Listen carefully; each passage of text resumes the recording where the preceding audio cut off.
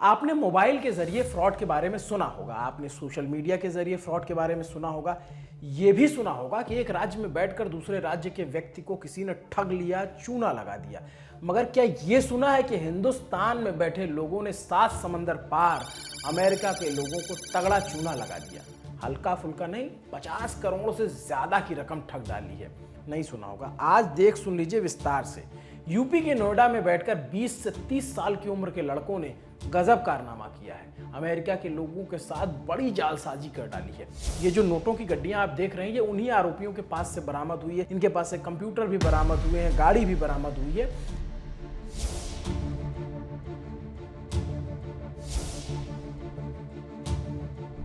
और ये जो नोट बरामद हुए करीब 20 लाख रुपए बताए जा रहे हैं। ये पूरी ठगी एक कॉल सेंटर बनाकर की जा रही थी, जिसके जरिए अमेरिका में रह रहे लोगों को टारगेट किया गया। और कितने यूनिक तरीके से की गई अभी आपको पता चलेगा।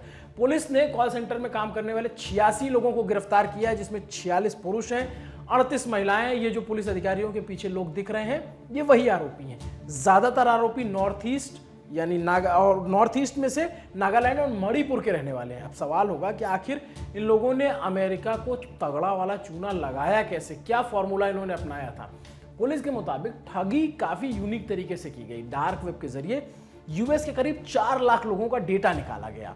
अगर आपकी सुई डार्क वेब पे अटकी हो तो बता दें, डार्क वेब मतलब ऑनलाइन ठगों, साइबर अपराधियों, हैकर्स का बड़ा ठिकाना होता है, जहां कौड़ियों के भाव आपसे जुड़ी जानकारी मिलती है, बिकती है। यहां से डेटा मिलने के बाद आरोपी अमेरिकी नागरिकों को उनके एसएसएन यानी सोशल सिक्योरिटी नंबर पर ब्रीच का डर दिखाते थे। ये एसएसएन है क्या? इसके बाद आरोपी पकड़े कैसे गए? इसको आप पहले पुलिस अधिकारी शक्ति मोहन अवस्थी की बात सुनिए, उसके बाद आगे बताते हैं आपको। यूएस में एक एसएसएन होता है, उसे कहते हैं सोशल सिक्योरिटी नंबर। पर हमारा आधार में ऐसा नहीं है। जितना एसएसएन जो है उसमें बहुत ज़्यादा डेटा होता है, हमारे आधार में इतना डेटा नहीं है कंपैरेटिवली। तो ये लोग पहले एक वॉइस मेल भेजते हैं नंबर पे, यूएस के फ़ोन नंबर्स पे। हमें 4 लाख ऐसे फ़ोन नंबर मिले हैं जिन पे इन्होंने आज तक वॉइस मेल भेजे हैं।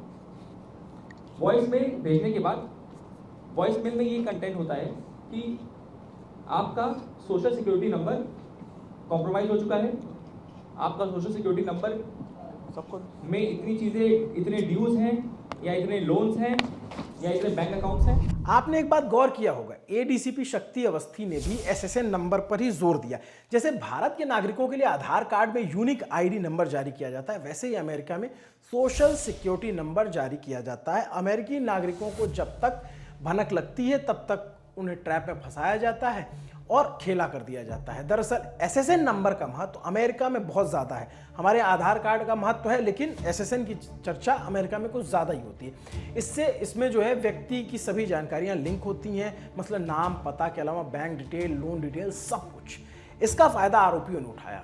गजब टोपी आ जाती है, लेकिन खुद को सोशल सिक्योरिटी नंबर डिपार्टमेंट का बताते हुए ये लोग वहाँ अमेरिका के व्यक्तियों के पास वॉइसमेल भेजते थे, जिसमें एसएसएन के ब्रीच या फिर कॉम्प्रोमाइज होने की बात कहते थे। तो उन्हें डराते थे बेसिकली कि आपके ऊपर इतना लोन बढ़ गया है, इतनी देनदारी आपकी बढ़ गई है। वॉइस मेल में एक नंबर देते थे और कहते थे समस्या का समाधान चाहते हैं तो जो एसएसएन डिपार्टमेंट का ये नंबर है, इस पर संपर्क कीजिए। दिलचस्प ये है कि ये नंबर जो है अमेरिका के कोड +1 से ही शुरू होता था, ना कि इंडिया के +91 से, जो कि सब कुछ यही नोएडा से चल रहा था। ये नंबर भी कंप्यूटर के जरिए मैनिपुलेट किए जाते थे। तो उनके पास तमाम तरह के ऐप्स और सॉफ्टवेयर डेवलप कर रखे थे उन लोगों ने।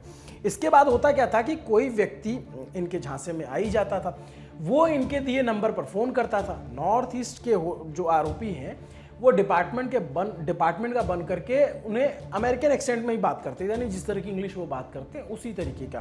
फिर उनको बताते थे कि आपके ऊपर कर्ज बढ़ गया, ये गड़बड़ियाँ हो गई हैं, ये आपका जब्त हो जाएगा, ये सीज हो जाएगा। इस तरह से उनको डराया जाता। फिर उनको बोलते थे इसको ठीक कराने के लिए आपके पास 2 विकल्प हैं। पहला तो आप कोर्ट चले जाइए, दूसरा एडीआर यानी अल्टरनेटिव डिस्प्यूट रेजोल्यूशन के पास चले जाइए, जिसकी भूमिका यूएस मार्शल निभाते हैं अमेरिका में, जहां कोर्ट के बाहर मामला सुलझाया जाता है। जाहिर है लोग कोर्ट कचहरी से बचना चाहते हैं तो वहां भी बचते हैं, और लोग सुलह करने के लिए, सुलझाने के लिए बाहर ही प्रेफर करते हैं। तो फिर एक बार झांसे में आ गए। उसके बाद कॉल सेंटर वाला बैठा व्यक्ति जो है एक और नंबर देता है। वो बोलेगा कि यूएस मार्शल का नंबर आपको दे रहा हूं, आप इस पे बात कर लीजिए, ये आपको बता देंगे। दोबारा जब वो आदमी फ़ोन करता था तो वही व्यक्ति इसी कॉल सेंटर का एक दूसरा व्यक्ति फ़ोन उठाता था और उसको फिर कहता था अब चलिए हम आपका मामला सुलझा देते हैं, उसकी प्रक्रिया है। और इसमें करता क्या था, वो अमेरिका में बैठे व्यक्ति को अपने खाते के सारे पैसे सिक्योर करने को कहता था कि भाई आप अपना पैसा सुरक्षित कर लो, नहीं तो हम अभी सेटलमेंट करेंगे तो आपका पैसा चला जाएगा। आदमी डरा हुआ है पहले से, तो फिर जो वो कहता है उसको तो लग रहा है किसी अधिकारी से बात हो रही, तो वो उस तरीके से करता है। फिर वो कहता है कि अच्छा एक काम करो, पैसों को जो है शॉपिंग कार्ट में कन्वर्ट कर दो या फिर इसका बिटकॉइन ले लो, उसके बाद हम तुम्हारा सारा सेटलमेंट, सारा लोन क्लियर करा देंगे। ये मतलब कि जैसे किसी के ऊपर एक लोन है तो उसको दिखा दिया 3 लोन चल रहा है, तो बोले कि नहीं तो हमारा तो 2 है नहीं, तो बोले अच्छा हाँ ठीक है इसको ठीक करते हैं, लेकिन आप पूरा पैसा सिक्योर कीजिए और उसके लिए आप बिटकॉइन या फिर शॉपिंग कार्ड में उसको कन्वर्ट कर दिए। जब अमेरिकन व्यक्ति ऐसा कर लेता तो फिर उसके जो शॉपिंग कार्ड का नंबर ले लिया जाता था। नंबर कैसे, जैसे आप याद कीजिए जब हम रिचार्ज करते थे तो पीछे जो स्क्रैच का नंबर आता था उसको खर्च के हम लोग करते, अगर किसी को रिचार्ज करना हो, हमारे घर का कोई व्यक्ति वो कार्ड लेकर के हमें नंबर बता दे तो हम रिचार्ज कर लेंगे। उसी तरीके से वो नंबर, ये भाई साहब लोग जो नोएडा में बैठे थे, ये उससे वो नंबर ले लेते थे, फिर वो सारा कैश करा लेते थे, फिर हवाला के जरिए डॉलर को रुपए में बदल लेते थे और फिर वो यहाँ ले आते थे। प्रतिदिन 40 से 45 लाख रुपए ऐंठे जा रहे थे। जो कॉल सेंटर है वहाँ पे 150 कंप्यूटर लगे थे। आप समझिए कि 150 लोग वॉइस मेल डाल रहे हैं, 150 में से 10 आदमी को भी इन्होंने फांस लिया प्रतिदिन, तो उससे इतने पैसे डॉलर में ऐंठ रहे हैं और रुपीज़ में कन्वर्ट होकर कि इतना कितना पैसा हो जाता था। अब 4 महीने से कर रहे हैं तो आप समझ लीजिए कि कितने करोड़ों में ये खेल चुके हैं। नोएडा पुलिस के मुताबिक पिछले 4 महीने में ये जो फर्जी कॉल सेंटर है उनका अनुमान है कि 50 करोड़ रुपए तक ठग लिए गए हैं। 24 अगस्त को नोएडा की फेज 1 थाना पुलिस ने अमेरिकियों को चूना लगाने वाले इसी कॉल सेंटर का पर्दाफाश किया। देर रात छापेमारी हुई, वहां से कंप्यूटर्स बरामद किए गए, वहां से गाड़ियां बरामद की गई और आरोपी पकड़े गए। पुलिस के मुताबिक कॉल सेंटर काफ़ी ऑर्गेनाइज तरीके से चल रहा था। हम पुलिस की बातें सुनते रहे, फिर कुछ सवाल लेकर पहुंचे, जैसे गिरफ्तार हुए 86 लोगों में मास्टरमाइंड कौन है, कहीं वो फरार तो नहीं हो गया, पुलिस क्या इसके लिए अमेरिकी एजेंसियों के संपर्क में है, ये भी हमको एडीसीपी शक्ति ने बताई। How can I help you, ये लाइन सुनकर अमेरिका में रहने वाले कई लोग फंसे और अपना करोड़ों रुपए गंवा बैठे। और ये सब संचालन, इस पूरे गिरोह का संचालन नोएडा से हो रहा था। और आज नोएडा पुलिस ने एक ऐसे ही फर्जी कॉल सेंटर का भंडाफोड़ किया है जो नोएडा से कम 50 करोड़ रुपए ठग चुका है अमेरिका वालों का। इस मामले पर बात करने के लिए हमारे साथ मौजूद है नोएडा के एडीसीपी शक्ति अवस्थी जी। आपने जैसा बताया कि 2 इसके मास्टरमाइंड फरार है, क्या ये टिप लीक तो नहीं हुई थी?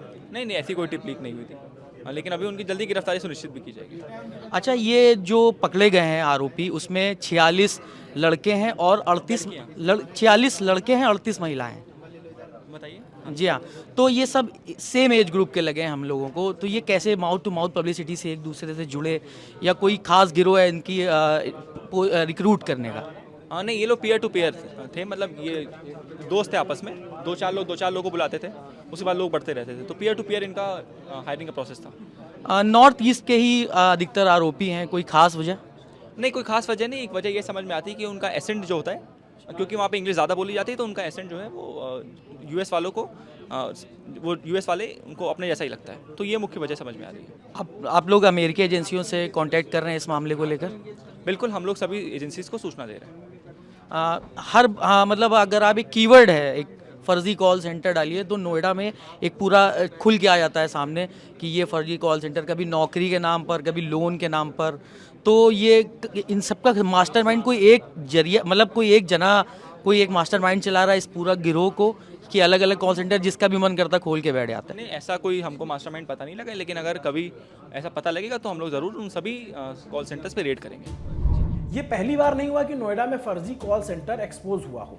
इससे पहले भी नोएडा में लोन के नाम पे तो कभी नौकरी दिलाने का झांसा देते हुए call centre, fake call centre बनाए जाते, जहां 8-10 लोग पकड़े भी जाते थे। मगर ये वाला थोड़ा अनोखा है, क्योंकि इस बार फ्रॉड का दायरा सीमाओं के पार गया है।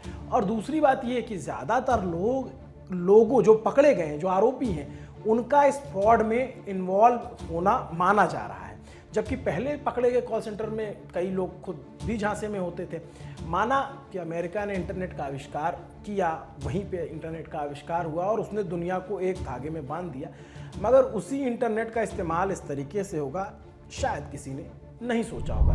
ये पूरी जानकारी आपके लिए हमारे रिपोर्टर नीरज और ललन टॉप के लिए इंटर्नशिप कर रही शिवांगी लेकर आई हैं। मेरा नाम है अभिनव पांडे। देखते रहिए दी ललन टॉप। आपको ये खबर कैसी लगी कमेंट करके ज़रूर बताइए।